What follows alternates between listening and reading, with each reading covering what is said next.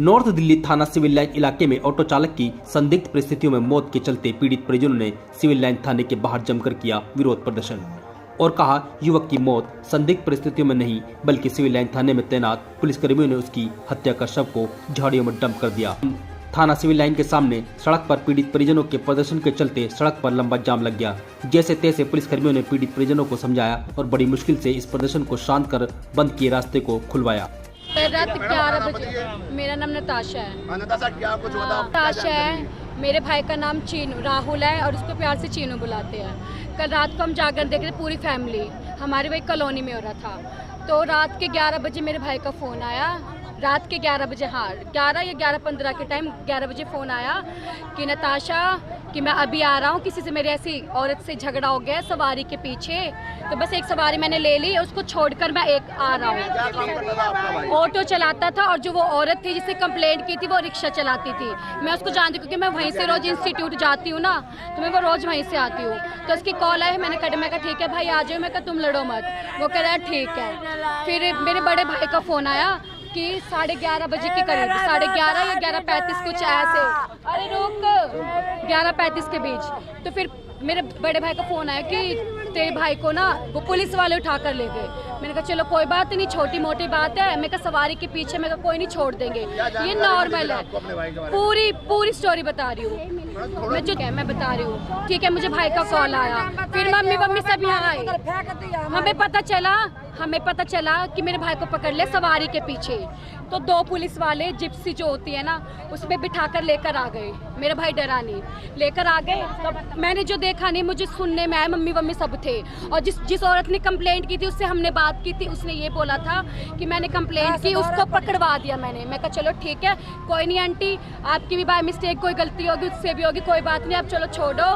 फिर वो अंदर गए, मम्मी हम सब। मैंने कहा चलो भाई का है मेरा, ये तो बता दो, चलो आप जेल में भी डालोगे, उसकी शक्ल दिखा दो हमें। उन्होंने बोला कि हमारे पास है ही नहीं। और जिस औरत से हमने बात की उन्होंने बोला कि वो ये 2 पुलिस वाले ले गए हैं। उन्होंने खुद बोला विधानसभा से वहाँ लेकर गए हैं। और जो औरत ने कंप्लेंट की उसने खुद बोला कि मैंने कंप्लेंट की, पुलिस वाले लेकर गए हैं। जानकारी मिली अपने भाई? जानकारी मुझे ये मिली कि वो उसको मेडिकल के लिए लेकर गए थे, छोटी बात के लिए मेडिकल के लिए लेकर गए। जो मैंने सुनी है अफवाह, जो मैंने मिथ सुना है। अरे चुप हो जाओ। मेडिकल के लिए लेकर गए सबने, जो इन्होंने ये बताया मेडिकल के लेकर कह रहा मेरा हाथ छुड़वा। यहाँ एक्सीडेंट नहीं हुआ, जैसे मेडिकल जहाँ कहाँ होता है मेडिकल होता है वहीं कुछ मतलब कि एक्सीडेंट हो गया था ट्रक से। वहाँ एक्सीडेंट है। उन जो पुलिस वाले थे ना उन्होंने यहाँ फेंक दिया झाड़ में। उनका ब्लड भी होगा, आप देख लो, ब्लड स्टेन होगा वहाँ पर है। और उन्होंने बताया नहीं, पुलिस वालों को पता था कंप्लेंट आई। हमने पुलिस वालों को बोला कि हमारा भाई क्या है, कह रहा कोई कंप्लेंट यहाँ नहीं आई। और हाँ, गाड़ी थाने में यही है। जो ऑटो चलाता था वो कल रात का यही पड़ा, आप कैमरा देख लो। यहाँ एक व्हाइट कलर का कैमरा था और वहाँ भी एक कैमरा था। रात उन्होंने हटा दिया।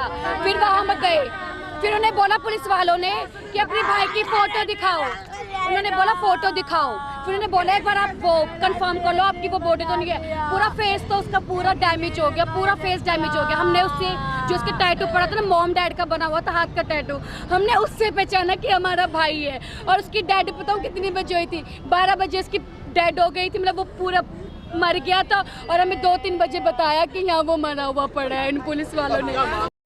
उन्हीं की फॉल्ट थी, उन्हीं की वजह से मर रहा है। 23, उसकी 23 साल की उम्र थी।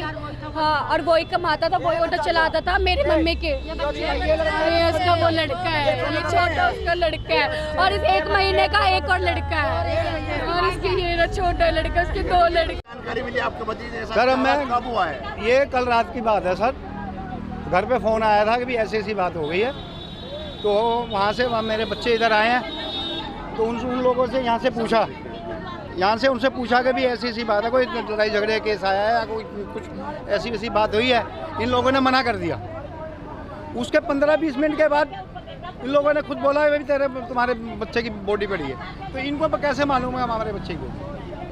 कहाँ डेड बॉडी मिली? डेड बॉडी इधर मिली है सामने साहब। अब पुलिस वालों से आपकी बात हुई है? पुलिस वाले कह रहे एक्सीडेंट है, थाने के अंदर वो एक्सीडेंट केस बता रहे हैं। हमारे को सर नहीं रहे। क्या करता था आपका भतीजा? ऑटो चलाता।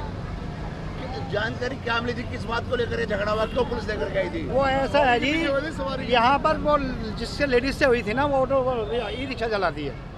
तो उनको सवारी के पीछे वो 10-20 रुपए के चक्कर में 10-20 रुपए के चक्कर में उनका वो हो गया कुछ। वो लेडीज इधर आई, पुलिस वाले ले गई, तो पुलिस वालों ने उसको लेके आए। उसके बाद उसका पर्चा नहीं क्या हुआ क्या नहीं हुआ, उसके बाद में इन्होंने क्या किया क्या नहीं किया। अब आपके क्या मांग है? हमारे को इंसाफ चाहिए सर, हमारे को तो हमारे बच्चे कैसे। आपको बता दें, नौ डिस्ट्रिक्ट डीसीपी की माने तो उनका कहना है कि बीती रात करीब 11:30 पर एक 40 वर्षीय महिला ने सिविल लाइन थाने में आकर शिकायत दर्ज कराई थी। उनके साथ किसी ऑटो चालक ने गाली गलौज व दुर्व्यवहार किया, जिसकी वजह से महिला काफी डरी हुई थी। महिला सुरक्षा लिहाजे से शिकायत पर 3 पुलिसकर्मी शिकायतकर्ता महिला के साथ विधानसभा मेट्रो स्टेशन पहुंचे, जहां पर ऑटो चालक नशे की हालत में पाया गया, जिसे पुलिसकर्मियों ने थाने आने के लिए कहा। जिसके बाद पुलिसकर्मी सिविल लाइन थाने शिकायतकर्ता महिला के साथ वापस आ गए। कुछ देर बाद ऑटो चालक भी सिविल लाइन थाने पहुंचा। अपने ऑटो को पार्क करके थाने के अंदर एंट्री करने वाला ही था, लेकिन शिकायतकर्ता महिला का गुस्सा देख ऑटो चालक थाने के गेट से फरार हो गया। लेकिन जैसे ही सड़क पार की, वैसे ही एक अज्ञात वाहन की चपेट में आने से ऑटो चालक की दर्दनाक मौत हो गई। मेरा नाम गीता है, मैं उसकी बहन हूँ, मामा की बड़ी लड़की हूँ।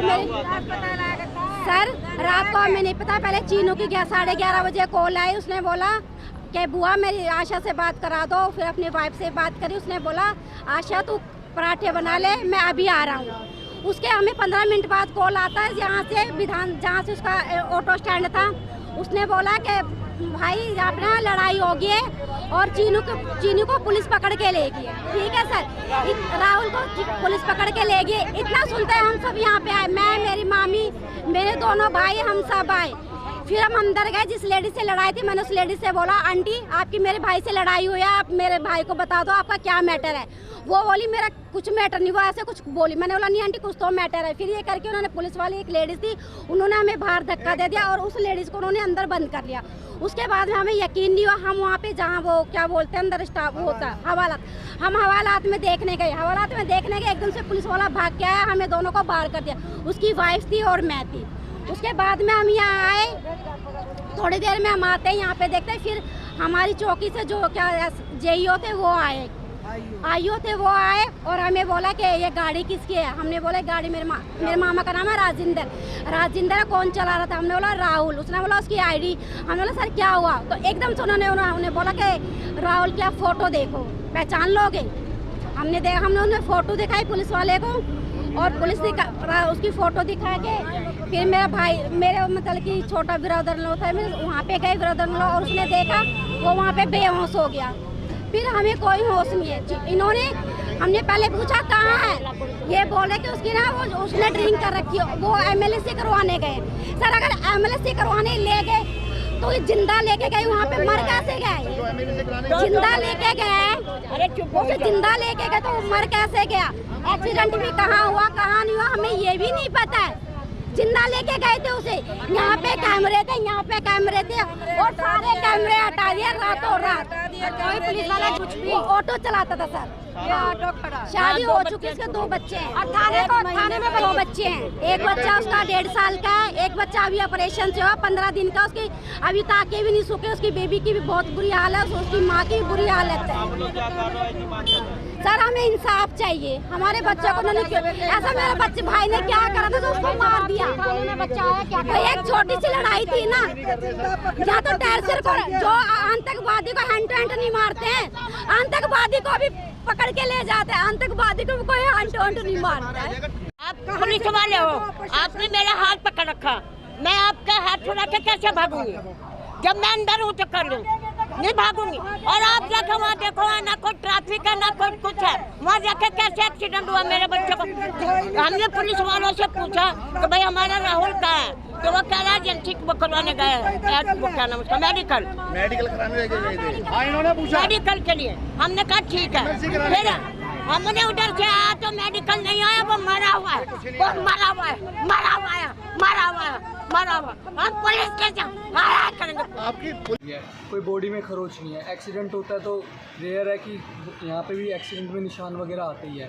और बोल रहे हैं कि कैमरे नहीं चल रहे, लेकिन सर आगे मुख्यमंत्री जी का घर है। अगर वहाँ कुछ क्राइम हो जाता है तो अभी कैमरे चालू हो जाएंगे, लेकिन ये बोल रहे हैं कि यहाँ पे कैमरे नहीं है। कैमरे तो है लेकिन ये दिखाना नहीं चाहते। अच्छा आने से ये 20 या 30 मीटर होगा, लेकिन सर ये हमें पता ही नहीं रहा हुआ क्या है। ये बोल रहे हैं कि एक्सीडेंट हुआ है, तो सर एक्सीडेंट में तो शरीर में चोट आती है ना, सिर पे सर को थोड़ी चोट आती है। अब वो सर ये कह रहे हैं कि वो हाथ छुड़ा के भागा है। अब इसमें हमारी गलती थोड़ी है, फिर आप पुलिस किस नाम के हो? अगर वो हाथ छुड़ा के भागा है आपसे, तो सर पुलिस वाले तो किसी नाम के है ही नहीं, वो इसी चीज़ से डरे हुए हैं कि वो हमारा हाथ छुड़ा के भागा है। हम पीड़ित परिजनों का कहना है कि बीती रात ऑटो चालक की तलाश करते हुए सिविल लाइन थाने पहुंचे, लेकिन थाना सिविल लाइन पुलिसकर्मियों ने पीड़ित परिजनों को ऑटो चालक के हिरासत में न लेने की बात करते हुए अपनी बात को समाप्त कर दिया। वहीं कुछ ही घंटे बाद थाने के सामने झाड़ियों में ऑटो चालक का शव पड़ा मिला, जिस पर गंभीर रूप से चोटों के निशान थे। तमाम परिस्थितियों को देखते हुए परिजनों ने सिविल लाइन थाना पुलिस के ऊपर ही ऑटो चालक की हत्या का आरोप लगाते हुए जमकर हंगामा किया। फिलहाल सिविल लाइन थाना पुलिस मामले को दर्ज करते हुए पूरे मामले की गंभीरता से जांच में जुटी है। दिल्ली से खलील अंसारी की